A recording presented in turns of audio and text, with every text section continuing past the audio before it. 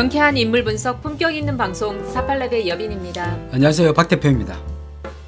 우리가 사주를 볼 때 사주나 명예에 끼치는 요인이 있습니다.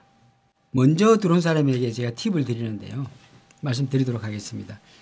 사주나 또는 명예에 영향을 끼치는 요인이 있는데요, 첫 번째, 태어난 지방의 방위와 지역적 기후 특성입니다.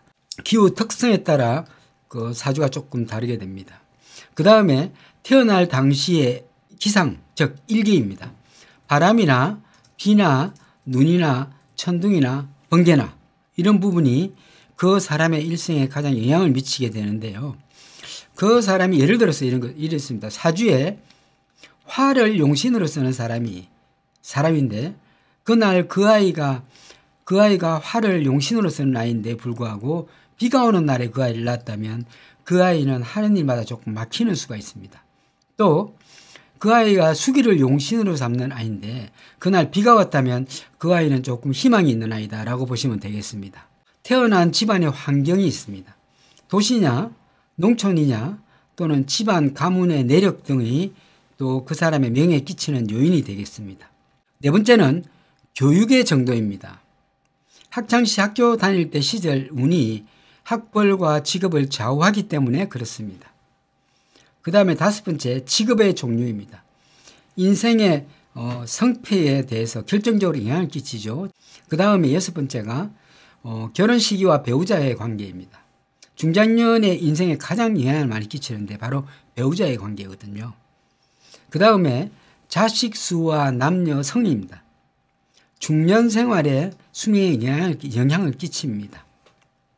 자식이 많을수록 뼈 빠질 것이고 자식이 적을수록 그나마 조금 편할 수가 있습니다. 네, 요즘에 교육비가 어마어마하기 때문에 그렇습니다. 그리고 또 주변 환경이 되겠습니다. 주변 환경은 친구나 동료 일정 부분 영향을 끼친다고 볼 수가 있습니다. 그래서 가끔 이름을 지어러 오시는 분이 있는데 이름이 안 좋아서 제가 운이 안 좋다 이렇게 하는데 저는 그렇게 생각하지 않습니다. 이름으로 운을 바꿀 수 없기 때문입니다. 다만 이름이 매우 좋아야 하겠지만 이름이 안 좋아도 듣기 싫고 또 부르기 힘든 이런 이름은 당연히 개명해야 되겠지만 또 사주에 맞지 않게 지은 이름도 물론 개명을 해야 되겠지만 예쁘지 않다고 이름을 바꾸는 것은 별로 찬성하지는 않습니다. 그래서 이름 바꿀 때는 항상 신중하게 하시라고 이야기를 해드리는 편입니다.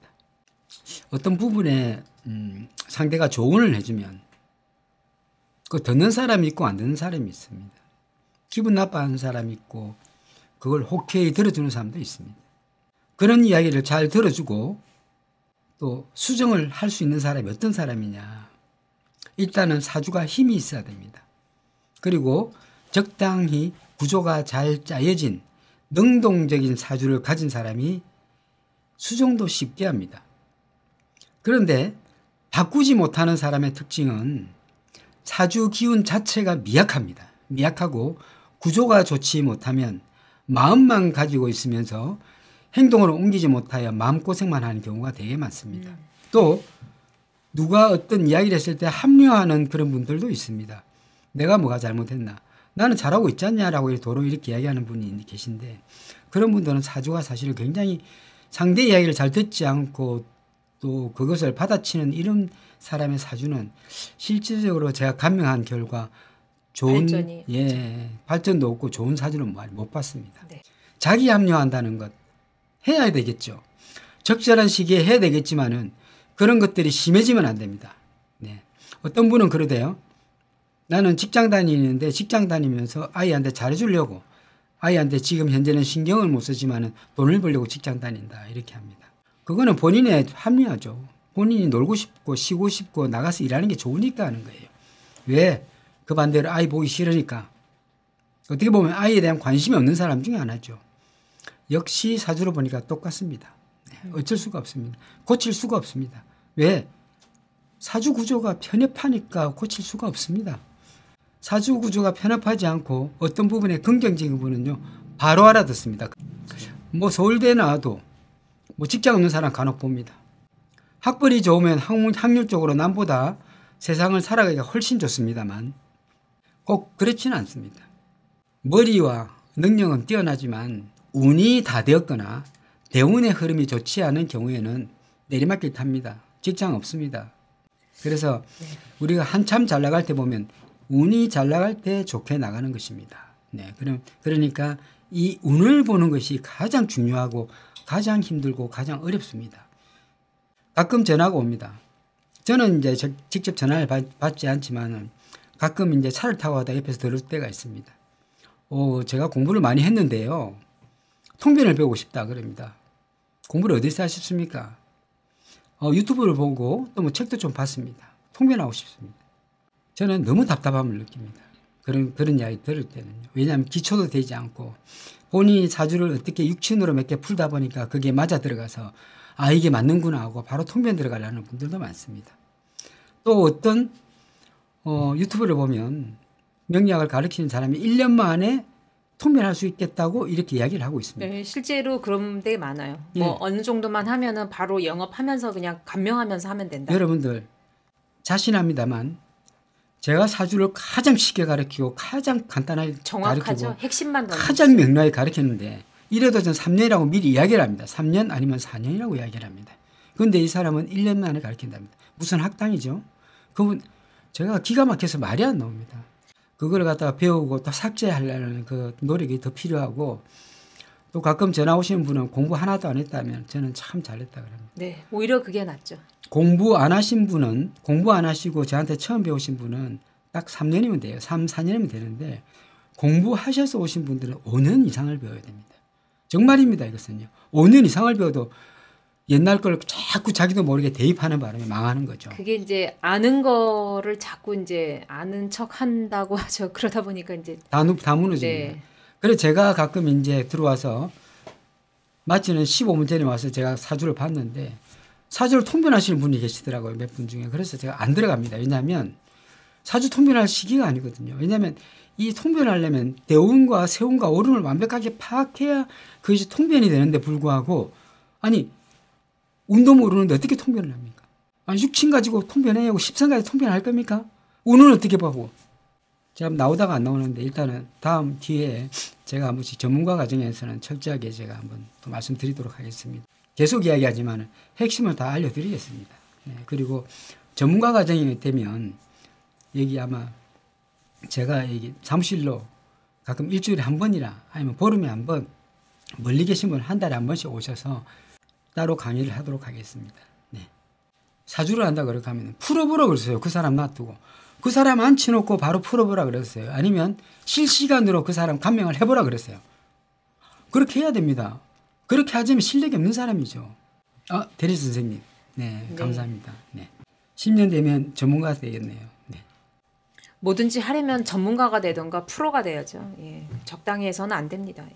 오늘 어떤 아이가 전화를 했습니다. 네. 뭘 할까요? 그러길래 뭐 하면 좋겠는데 그 전문가의 개념에 대해서 아니야 물었어요.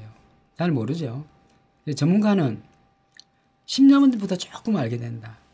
20년이면 조금 더 알게 된다. 30년이면 이제 저 파악이 됐다는 게 전문가란다라고 이야기합니다. 네, 오늘 몇 가지 소식이 있는데 소식 전해드리겠습니다. 그리고 청과 여당이 중대범죄수사청을 서로 이렇게 엇박자를 놓고 있습니다. 네, 공수처에 대한 것을 아마 언급을 하니까 그게 더 급하다고 생각해서 지금 박범계 법무부 장관과 여당 쪽은 그쪽에 더 신경을 쓰는 게 맞다라고 생각하는 것 같습니다.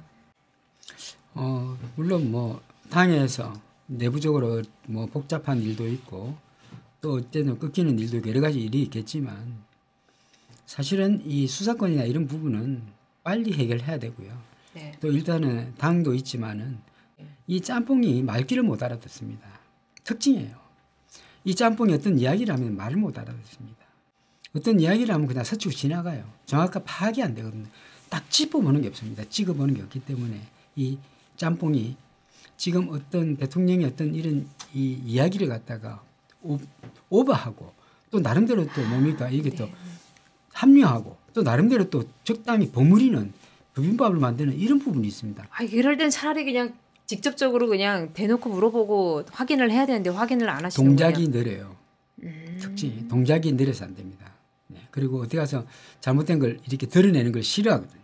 그래서 안 합니다. 짬뽕. 본인이 잘못 이해했는데도 불구하고 나중에 그게 잘못 알아들은 거를 표시 안 내려고 하다 보니까 표시 안 내려 보니까 그런 거죠. 그래서 헛발 그래서 이 갖고 다니지만 헛거예요 이게. 헛거예요. 그래서 적으시는구나. 지가 급하게 쓴다고 해서 지글씨 못 알아볼 수 있습니다. 네. 지금 어쨌든 추 전 장관님께서는 계속적으로 중수청 설치법을 좀 빨리 하는 것이 수사권하고 기소권을 분리하는 거를 빨리 정리를 하는 게 낫다. 지금이 시기다라고 얘기를 하고 있고요. 이게 우선이죠. 네, 이게 가장 우선이죠. 이게 우선인데 끄는 거예요. 질질 끄는 겁니다. 아마 제가 볼 때는 357 넘어서야 이게 아마 법안이 발의되고 아마 또 당대표를 또 뽑아야 되니까 시간 질질 끌다가 또 할 가능성이 매우 높습니다. 네. 박범계 법무부 장관이 22일 날 이렇게 얘기했네요. 대통령께서 저에게 주신 말씀 중에 크게 두 가지가 있는데 일단은 올해부터 시행된 수사권 계약의 안착이라는 말씀을 하셨고 그래서 여기에서 안착이란 것이 속도 조절이란 용어로 대체되면서 국외 은영이로 변졌습니다. 그러니까 말이 이게 보면은 전달될 때 뭔가 정확하게 파악을 안 한 상태인가요? 그래서 이게 결국 돌고 돌아서 속도 조절이냐 안착이냐 이런 단어가 다시 바뀌었습니다. 그럼 대통령이 딱 나서서 빨리빨리 처리하면 되지. 대통령께서는 왜 말씀 직접 합법을 안 쓰고 완곡하게 쓰다 보니까 조금 서로 알아듣는 분들 입장에서는 좀 다르게 해석을 한 것 같아요. 조금 짬뽕에게는 직접적인 답변이 필요합니다. 네네. 예. 콕 찍어서 그냥 구체적으로 얘기를 해야 되는데 말귀를 못 알아들으니까 그렇습니다. 네. 박범계 법무부 장관이 24일쯤 법무부 장관으로서 일을 하고 있지만 기본적으로 국회의원이기 때문에 민주당 당론이 어떤 의견이 모아지면 당연히 따라야 된다. 따를 것입니다. 이렇게 했어요. 약간 수동적이네요. 그럼요. 당 대표가 한 이야기입니까? 아니요. 박범계 법무부 장관이 본인이 법무부 장관으로 일을 하고는 있지만 당론에 제가 따라야 하기 때문에 따를 것입니다. 이렇게. 그 말이 참 책임인가요? 책임을 떠넘기는 거. 그렇죠. 어떻게 보면 저쪽에 당의 책임을 떠넘긴 거죠. 어떤 부분에서는 자기가 빠져나갈 만한 말이죠. 윤 총장의 칼끝에서 빠져나갈 만한 이야기가 아니겠습니까? 추 장관님께서도 윤 총장한테 자꾸 문개기 한다 이렇게 얘기를 하고 있는데요. 추 장관은 정말 단호하신 분이죠. 추 전 장관은 되게 단호하신 분이고 현재 이 박범계 씨와 스타일이 완전히 다릅니다. 어떻게 보면 남녀가 바뀐 상황 같은 이런 부분도 있습니다. 좀 수동적이잖아요. 말하는 것도 그렇고 박범계 씨가 뭘가 빠져나가려는 듯한 이런 모습도 보이고 네네. 또 짬뽕은 짬뽕대로 또 다 발발 떨고 있고 또 여러 가지 있으니까 그냥 안 하고 있는 거예요. 네. 윤석열 씨가 이번 달 다음 달은 나쁘지 않고 좋습니다. 그런데 다다음 달부터 또 안 좋아집니다. 네, 조금만 기다려 보자고요. 국민들은 다 알고 있는 것 같다는 생각이 들어요. 제가 청와대에서 신현수 사표 수리를 시점을 지금 보는 중이라고 이렇게 나와 있는데요. 지금 이거 아직까지도 마무리가 안 됐나요? 이게 사실인지는 모르겠어요, 진짜. 문재인 대통령님이 설득해서 다시 이렇게 자리를 지키는 걸로 마무리가 된 줄 알았어요. 문재인 대통령은 말하지 않아요. 저런 거 가지고는. 말하지 않고 왜 보내지? 나간다면 보내지 왜 안 보내십니까? 네, 여기 보면 지금 보좌관들이 반대합니까? 그런 거 보좌관들도 같아요. 다 같은 편이죠. 그럼 보좌관들이니까 지금 기억이 늦지 않습니까? 보좌관 싹 다시 가시는 게 어떻습니까, 대통령님? 네. 가시고 좀 마지막 1년을 다시 하시면 어떻습니까? 좀 주변 보좌관들 좀 싹 갈아주십시오. 네. 말이 많죠. 사실 보좌관의 인사정책이나 이런 것들 때문에 국민들도 보이지 않게 말이 많은데 이런 부분은 좀 수정해 줬으면 좋겠습니다. 대통령께서도요. 26일이면 오늘부터네요. 더불어민주당은 26일부터 서울시장 보선 후보 투표를 시작합니다. 이번 투표는 권리당원 투표 50% 그리고 일반 선거인단 투표 50%를 합산해서 이루어지고 26일하고 27일에는 권리당원 온라인 투표 네, 모바일로 참여하시는 거고 28일과 3월 1일에는 권리당원과 선거인단 ARS 전화투표가 진행되네요. 다음 달 1일 후보가 확정되면 민주당 열린민주당 후보인 김진애 의원, 시대전환 후보 조정훈 의원과 단일화 협상에 나설 예정입니다. 저는 우상호 후보를 찍을 겁니다. 저는 권리당원입니다. 저도. 그래서 우상호 의원을 찍을 겁니다. 왜냐하면 박영선 씨가 사실은 박영선 줄이 짬뽕의 줄이잖아. 우상호 의원 같은 경우에는 정확하게 자기 생각을 이야기하는 분인데 뭐랄까요. 박영선 후보는 약간 뜬구름 잡는 이런 것도 있기 때문에 좀 그렇습니다. 26일 오늘 했어요, 권리당원? 네, 그렇군요. 김기현님, 네, 의원님이 뺨에 살이 원래 없는 자, 편이시던데, 뺨에 살이 빠지면 어떤 일이 벌어집니까? 1번 네, 1번 오장육부가 낙사. 오장육부, 네, 2번 되는 일이 안 된다. 일이 잘 풀리지 않는다. 3번 고심이 있다. 고민이 있다. 네, 4번 돈 나간다. 5번 네. 건강이 안 좋다. 일단 저기 오장육부 건강하고 또 이 건강은 또 다른 건가요? 네네. 네, 그럼 왜 그럴까요? 얼굴부터 빠지는 분 있고 뱃살부터 빠지는 분 있고 어떤 분은 허벅지살 빼려고 해도 빼려가 안 빠지고 그렇습니다. 어쨌든 네. 자 얼굴 살은 에너지가 빠질 때 빠지는 것도 될 수 있지만 어쨌든 몸이 약할 수도 있습니다. 그렇죠? 네, 조윤국 선생님은 4번 돈 네. 나간다. 네, 김행록님 3번 고민이 많다. 저는 의원님하고 박영선 전 장관님이 두 분이 그 요번에 투표하는 거 그 큰 차이가 없이 비등비등하게 나오던가 그랬으면 좋겠어요. 차라리. 아, 너무 차이가 안 났으면 좋겠는데. 네. 패너님은 2번 일이 잘 풀리지 않는다. 김정선 스패너님은 건강이 안 좋다. 제천 스패너님은 2번 일이 잘 풀리지 않는다. 전옥진님 4번 돈이 나간다. 엘라TV님 2번 일이 잘 풀리지 않는다. 박도원님 일이 잘 풀리지 않는다. 시원님 4번 돈 나간다. 여기 보면은 일단 뺨에 살이 빠진다는 거는 일단 안 좋은 건 안 좋은 건데 이게 건강 때문인지 돈이 나가는 건지 일이 잘 풀리지 않는 건지 고민이 많은 건지 좀 비슷비슷하긴 하지만요. 네. 조용구 선생님 감사합니다. 네, 힘내겠습니다. 감사합니다. 구독자 수가 자꾸 뒷걸음을 치니까요. 처음엔 조금 신경이 많이 쓰였는데 지금도 계속 신경이 쓰이고 있습니다. 근데 의원님께서 아마 아마 오장육부 중에 어디가 안 좋은 부위가 있긴 한 것 같아요. 예전 사진을 봐도 뺨에 살이 통통한 적이 별로 없어요. 자, 전옥진 선생님 4번, 엘라TV 선생님 4번, 박도원 선생님 2번, 시원 선생님 4번, 홍씨 선생님 4번, 김정욱 선생님 2번, 최명희 선생님 2번이네요. 사모 선생님 4번이네요. 네. 또 없습니까? 김현 선생님, 김진애 님이 좋아요. 네. 좋으신 분이에요. 근데 사실 얼굴에 그 표정이나 색이 우상호 의원보다 옆에 분이 더 안 좋은데요. 사실 좀 그렇긴 해요. 얼굴에 색이 더 안 네. 좋습니다. 실제. 메이크업을 많이 했어도 이 너무 피부- 진하게 했어요. 네. 피부 약간의 좀 늘어짐이라고 그래야 되나요? 예, 그리고 있습니다. 피부에서 올라오는 이런 색깔들이 이런 게 사실 별로 좋지는 않아요. 약간 부은 듯이 이렇게 보이거든요. 네, 박혜수 선생님 4번. 시원님이 남 위에 산다 하셔서 4번. 네. 답을 살짝 벗어나서 답은 좀 이따 알려드리겠습니다. 네네.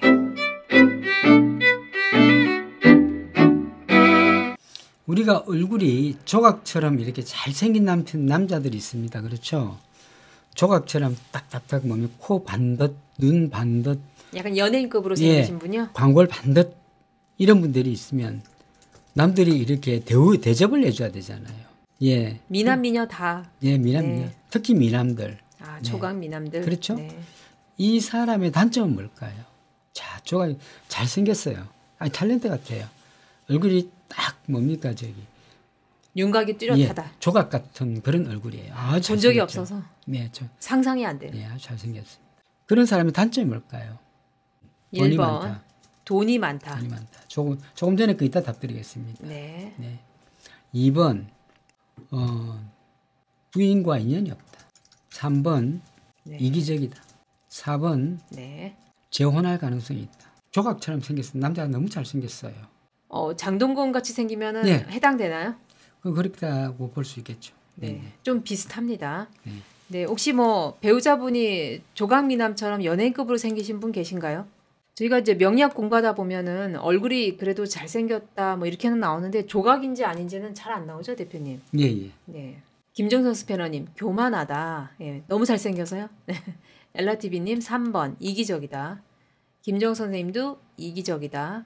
힘세라님 4번 재혼할 가능성이 있다. 이현정님 3번 이기적이다. 정영남 선생님 1번 빼고 다요. 아, 돈이 많다 빼고. 돈이 많다 빼고. 네. 네. 제천 자. 스패너님 2번 부인과 인연이 없다. 배영희님 3번 이기적이다. 너무 잘생긴 사람과 산다든지 또 조각처럼 생기면 사랑은 받습니다. 사랑은 받는데 자기밖에 몰라요. 자기밖에 몰라요. 굉장히 이기적이 되는 것입니다. 그래서 이기적이면 내가 그런 분과 결혼하면 내가 평생 그 뒷바라지나 다 받쳐주고 살아야 됩니다. 그 얼굴 하나 때문에. 얼굴 잘생긴 게 좋습니까, 여러분? 밖에 나갈 땐 좋겠죠. 그러니까 다른 사람한테 보여주기에는 좋을 수는 있겠죠. 그럴 바에 좋은 차를 사요. 뭐 하려고 그렇게 해요. 네. 그러면 사실은 희생해야 되겠네요. 어쨌든 네, 같이 산다면. 희생밖에 없습니다. 네. 자, 처음에 이야기했던 거 있죠. 뺨에 뺨에 없을 살이 때. 빠진다는 네. 것은 살이 빠진 만큼 돈이 나갔다. 돈이 빠졌다. 돈이 없다. 이렇게 되는 겁니다. 그래서 지금 저 사람이 지금 하지만 돈에 대한 압박감도 아마 느끼고 있을 가능성이 매우 높습니다. 네. 네. 어쨌든 자기 돈이 들어가야 되니까요. 네. 돈이 문제였군요. 그럼 오른쪽에 계신 분은 여유가 있다는 얘기인가요? 없어요. 저분도 얼굴 색이 안 좋고 상이 안 좋습니다. 그래서 이번에 색이 좋고 상이 좋은 것은 그 나씨가 제일 나은데 개인적으로 그렇습니다. 그래서 저분이 좀 얼굴 색이 좀 돌아와야 됩니다. 이게 관리받아서 좋아진 거 아닌가요? 그것도 관리 그렇게 받든지 말든지 있는 그대로 봐줘야 되는 네, 것이거든요. 보여진 그대로. 네, 있는 그대로 봐줘야 되기 때문에 그런데 뭐랄까요? 그러면 의원님은 어떻게 이 살 빠진 거는 뭘로 보충해야 되나요? 돈을 채워드리면 살이 오를까요? 지금 보니까 김진애 의원님도 그렇고 다른 후보님들 지금 각자 이렇게 연예인들 분들께서도 500만 원까지는 후원이 가능하대요. 네. 후원인가요? 뭐 어쨌든 예, 예. 아마 돈 때문에 조금 짜칠 겁니다. 저는. 김기현 선생님께서는 남편분이 죄송해요. 제가 읽다가 좀 빵 터졌는데요. 대머리에 뿔뚝배에 길고 둥글둥글한 얼굴 완전 안심하고 살아서 마음 편해요.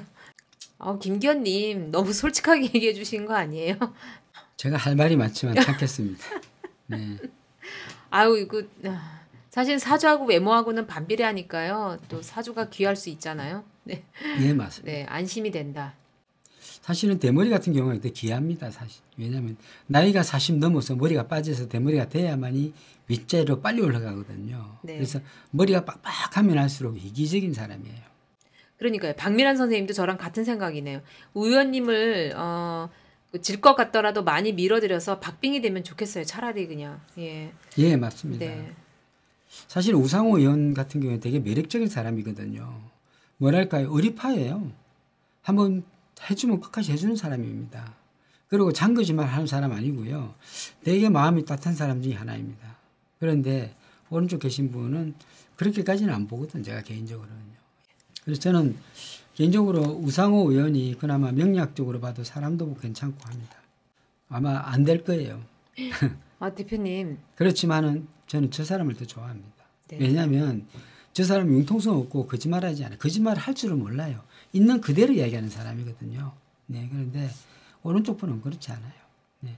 왜냐하면 저분이 진보인지 보수인지 뭔지 뜨뜻미지근하거든요.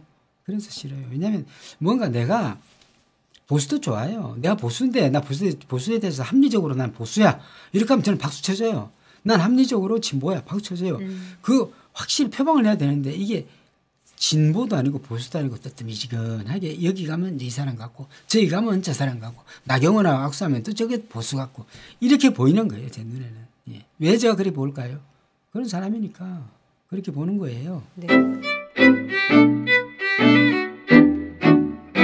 자, 명리학 공부에 대해서 아직까지도 주저하고 계신 분들은 아니 이게 학문인데 그냥 순수 학문입니다. 여러분. 순수 학문이고. 네.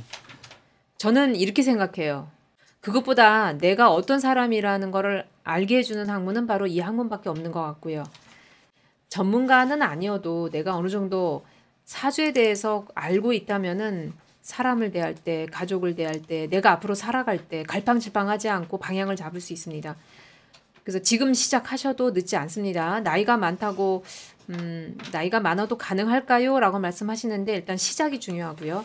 온라인 수업으로 하고 있고요. 어느 정도 내가 수준이 됐다 그러면은 코로나가 끝나게 되면 오프라인으로도 초대를 해드립니다. 코로나가 끝나면 아마 오프라인으로 전개할 가능성이 매우 네, 높습니다. 특강도 저희가 원래 한 달에 한 번씩, 뭐 두 달에 한 번씩, 아니 뭐 한 달에 두 번씩 이렇게 할 생각도 있었는데요. 요즘은 이게 좀 이제 그렇고. 코로나가 잠잠해지면 특강 제가 꽤 많이 하거든요. 맞습니다. 네. 예전에는 저기 뭡니까 평생교육원 같은 데도 특강 많이 했습니다. 제가 많이 했는데. 네. 그때 대학교에서도 강의를 많이 하셨거든요. 네. 그래서 아마 만약에 이게 전문가 과정이나 이런 것들은 좀 뭐 오셔서 막 강의할 가능성이 높습니다. 저기 도덕경에 보면 노자가 그랬습니다. 그 사랑이라는 이름으로 간섭하지 말라라고 했습니다. 예. 가만히 지켜보는 것만도 사랑입니다라고 합니다, 여러분. 자녀에게 너무 이렇게 제가 그런 말을 많이 합니다. 자녀에게 너무 이렇게 해주지 마시고 좀 피하는 게 어떻습니까? 라는 분도 꽤 있습니다. 사실 요즘 아이들이 너무 똑똑해서 너무 똑똑해요. 눈치도 빠르고 예. 그러니까요. 정윤란 선생님 저도 그 얘기가 하고 싶었어요. 간섭하고 관심 이게 참 애매합니다. 네. 그래서 명리학 공부를 해야 돼요. 내가 이 자녀한테 해주는 게 옳은지 그른지 내가 잘하고 있는지 없는지 본인부터 알아야 되겠죠. 네. 내일 우상호 의원입니다. 네, 내일은 우상호 의원님의 운에 대해서 좀 자세히 알아보는 시간 갖도록 하겠습니다. 네, 오늘도 시청해 주셔서 감사합니다. 내일 토요일 날 뵙겠습니다. 네, 감사합니다. 감사합니다.